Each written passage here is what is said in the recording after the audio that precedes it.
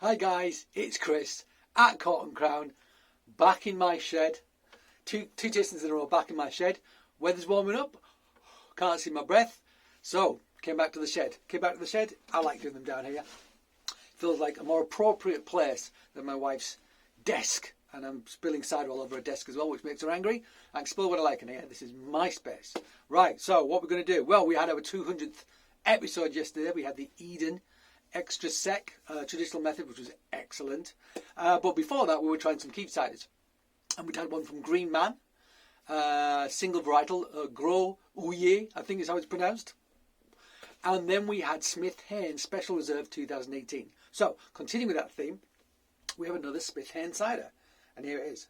And you can see the obvious difference is this has got a green spot in the middle rather than a red spot. And it is 2019 rather than 2018. We had 2018 the last one. So this is a year younger. 2019 vintage, 4.5%.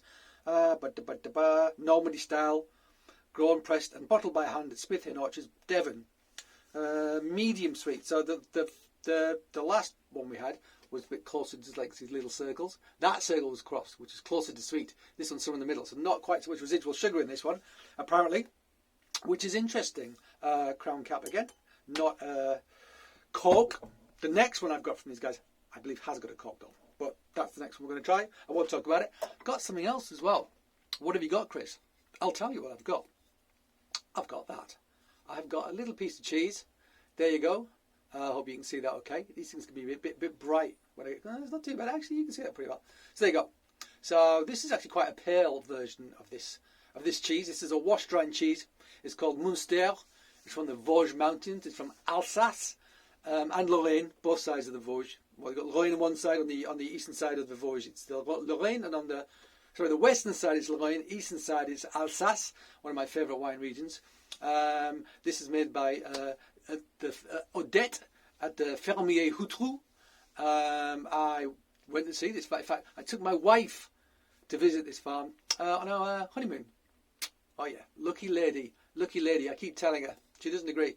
So there you go. So normally these sort of wash rinds have a much pinker rind than this. It's got a very, very subtle sort of, just the slightest orangey hue to it. You can see there.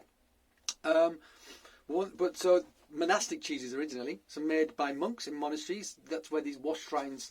So people say these sort of like they derive from wash rind cheeses made by monks. And one of the reasons they think monks made them is because they're quite meaty, and monks didn't eat much meat. Small amounts on festive occasions. I think they would have it on certain days of the year, but generally not. But these are quite meaty, salty sorts of cheeses, so they're quite a good substitute for meat. I think the word Munster is actually derived. The word monastery is derived from the word Munster, and vice versa. So yeah, there's some connection there. So yeah, originally made by monks up in the Vosges Mountains. This particular one was anyway. Monks made cheese in all sorts of secluded places, including the Alsace. So yeah, quite funky on the nose, really funky on the nose. In fact, real pungent. This one, real pungent with wash rinds. So wash rinds got bacterial rinds, break down the paste, gives you all sorts of quite funky, meaty flavours. They're the most pungent cheeses you can get, basically. Epoisse, Stinking Bishop, they're all examples of wash rind cheeses. This is unpasteurised, raw milk, absolutely raw milk. And they feed them a lot of, I forget if it's silage or haylage. Haylage is like silage, it's just not quite got the same moisture content. It's got more moisture content than hay, but less than silage. So it could be silage, it could be haylage, I forget. But there's a lot of corn in there. It gets quite boozy. You get quite boozy flavours in this cheese. And something like chocolatey, dark chocolate cocoa flavours as well, quite a lot. And quite pork and all sorts of things. Not necessarily the faint-hearted, but they've got quite good salt levels, I think. They go really well with sweet things. So I'm thinking if there's some sugar in this, it might work well. And also the bubbles with the fats should work well. Let's find out how bad can it be. Okay, so let's crack this bottle. So the red label was Special Reserve. This doesn't say Special Reserve, it says 2019 vintage. So I'm not quite sure. They've got quite a lot of varietals in this. I think I've read them out before. I forget what all of them are, but I think they've got like Dabonet, Tremlitz Bitter, Yarlington, quite a lot of different things anyway, basically. Don't know what the proportions are. I would say this is maybe fractionally paler, but let's pour it in the glass and find out. Let's pour it in the glass. Ooh, nice pop. There you go. Whoop.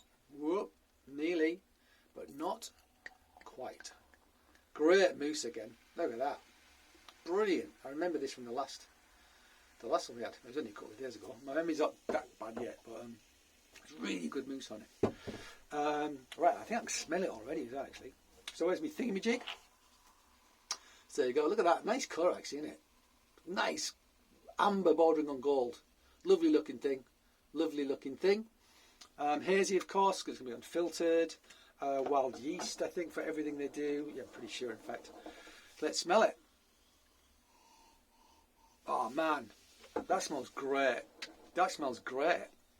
I think I might like the nose on this better than on the Special Reserve. I think I do, you know. Lovely, baked, rich, sweet, buttery apple on the nose. I mean, my mouth is watering instantly from smelling that. It is gorgeous nose, that. Now, that's the sort of nose I love. That reminds me of the ciders that got me into cider, which actually was French ciders, to be honest. Keeved ciders were the things that first opened my mind to cider, after it had been polluted with lots of commercial, horrible industrial stuff when I was young, and I hated it. And then got to try some proper decent ciders from France to start with. And I have a sweet tooth, so that key thing with the residual sugar works for me big time. God almighty, that smells great. It just smells great. There's almost a pastry element to it as well. Yeah, something else in there as well. What is that? Something herbaceous in there. Maybe a little bit of banana as well, actually. But there's something herbaceous in there. Can't quite get what it is. Really good. Looking forward to this.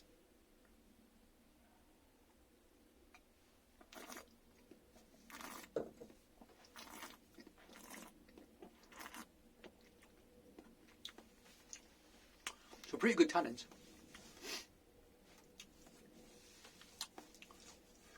Keeved ciders, French Keeved ciders don't tend to be quite as tannic as that. They tend to be low acid, and reasonably low tannin. You will get tannin. And loads of minerality in this, actually. That richness that I got on the nose is definitely on the palate. This is too cold. Facts. With so much it fizzed up, I don't want to open it any warmer than it was.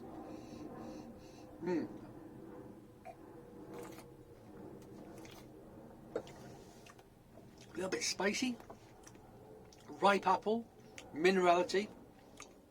It's a little bit lighter than the Special Reserve was, that's a fact, but it's still delicious. It's still delicious, light, delicate. It's got the tannin in there. It's not as rich as the Special Reserve, so I can see why the Special Reserve is the Special Reserve. However, this is a very good example of a Keeved cider, I would say. Quite light and refreshing. It will get beefier as it gets warmer, for sure. But yeah, it is a toned down version of the Special Reserve. That's what it feels like to me anyway. It doesn't have quite the same acidity. Maybe the tannins are slightly less obvious, but it's got less sugar, so it doesn't be quite as blatant with the tannins anyway. Because it's they sort of balance the sweetness to the tannins, as does the acidity as well, to be honest. But it doesn't need quite as much because it isn't quite as bold. If anything, it's closer to the Green Man. That's what this is like.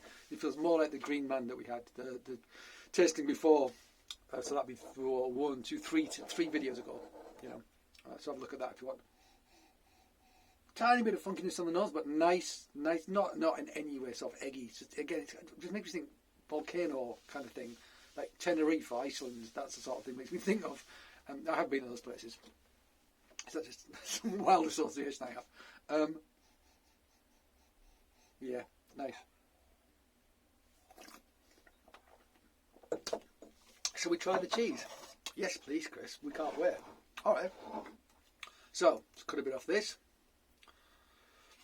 So, loads of bubbles, a little bit of sweetness. Just quite, it's going to coat my palate, quite rich and fatty. Still quite young. Still got some chalkiness, sort of chalk line in the middle, but some breakdown under the rind there.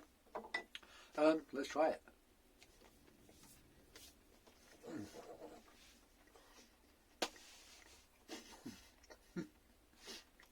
Great. It's smoky. Cured meat, pork sausages, salty bacon, peanuts.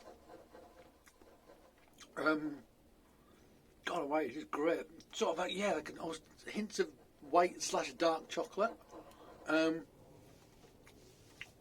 Munsdale. Not just any Munsdale. Ferme de Hutrou Munsdale from Mons Cheesemongers. www.mons-cheese.co.uk. If you want to get great Munster, this Munster, that's where you got to go. Absolutely brilliant, man. It's so meat. Sorry, I'm not having more of that. Flipping it. It's just banging.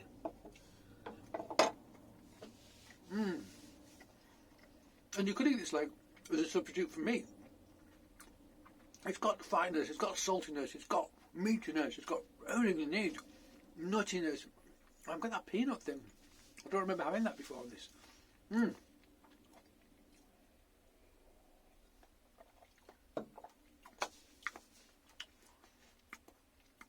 it works. It really works. However, you know what? Do you know what? I think the Special Reserve, because it's just a bit bigger, that is a big cheese. Remember, this gets a bit warmer. It'll just sort of bulk up a bit. But I think a little bit more sugar would be good because of the saltiness in that. Don't get me wrong. It's salty, but it's brilliantly salty. It's perfectly salty, like, you know, like salted pork or something like that. Or cured meats is salty. That kind of saltiness. It's just great. It works with it so well. So well. It's such a good cheese, guys. Munster. Brilliant. Okay, so we're liking Smith Hayne. The next thing I'm going to try from them though is not a Keeved cider. It's a traditional method, so champagne method. So it's going to be interesting how that compares to this. I have to say, I don't always love champagne method ciders. The one we had from Eden in the last film was great, absolutely brilliant. I had a 2003 from Bullhaze, I think, which was brilliant. But I don't know, I just find the use of champagne yeast, just something, just seems to neutralise the flavours of the apple quite a lot for me. And I just feel like it's a lot of faff making champagne method.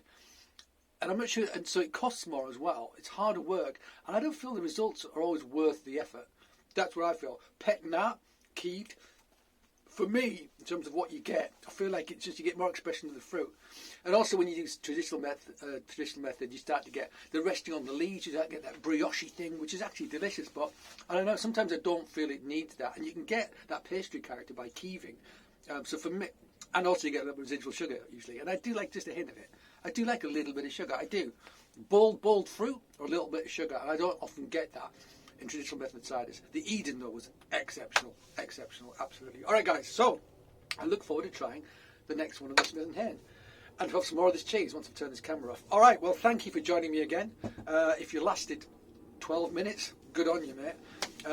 But yeah, join me again for some more Smith & Hayne cider. And yeah, and until then, cheers.